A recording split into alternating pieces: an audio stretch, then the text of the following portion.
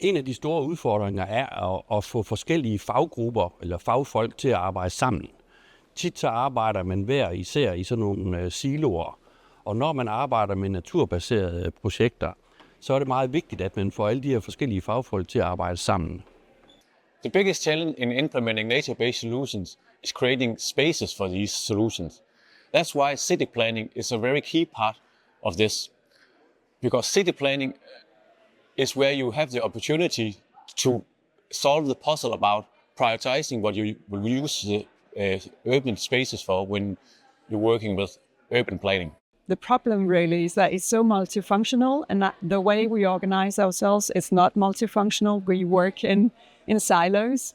And the other thing is that we don't put a true value to nature's benefit in our economic decision making. The biggest challenge of implementing nature-based solutions, I would say, would be in the existing city, the lack of space. Like when we are having new development, it's a no-brainer to use NBS, but for the existing city, the lack of space makes it very challenging. The biggest obstacle in implementing nature-based solutions, in my opinion, is that, it depends on the city, but in our city, it would have been otherwise maybe financing them, but since we have introduced this kind of stormwater fee, we can use that to implement new nature-based solutions in our city. So the biggest obstacle in implementing the nature-based solution are basically the human greed. Unless we come up with that, we won't be able to do anything. It's we human who have actually ruined the entire environment, the nature and everything. Now we are working on things so that we can get it rectified and we can, again get back the original nature to it. So it's a greed. We should have to reduce our requirements so that we can, of course, balance the nature. So the biggest obstacle in implementing nature-based solution is, I think so, is the economic side of it.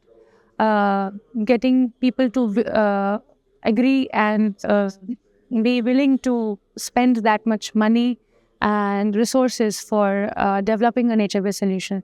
So that is the biggest obstacle, I feel. I am coming from Estonia. So from our perspective, the biggest obstacle in implementing the nature-based solutions or getting them into our urban environment is knowledge gaps and awareness gaps, probably. This is mostly coming from also the fact that we don't have so much of good examples.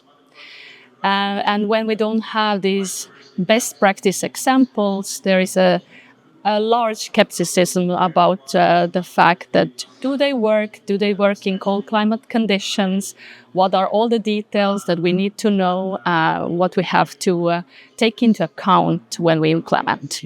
In City Plus project, we are developing together with other cities an NBS model that is aimed at cities so they can start their journey towards becoming more water-sensitive cities.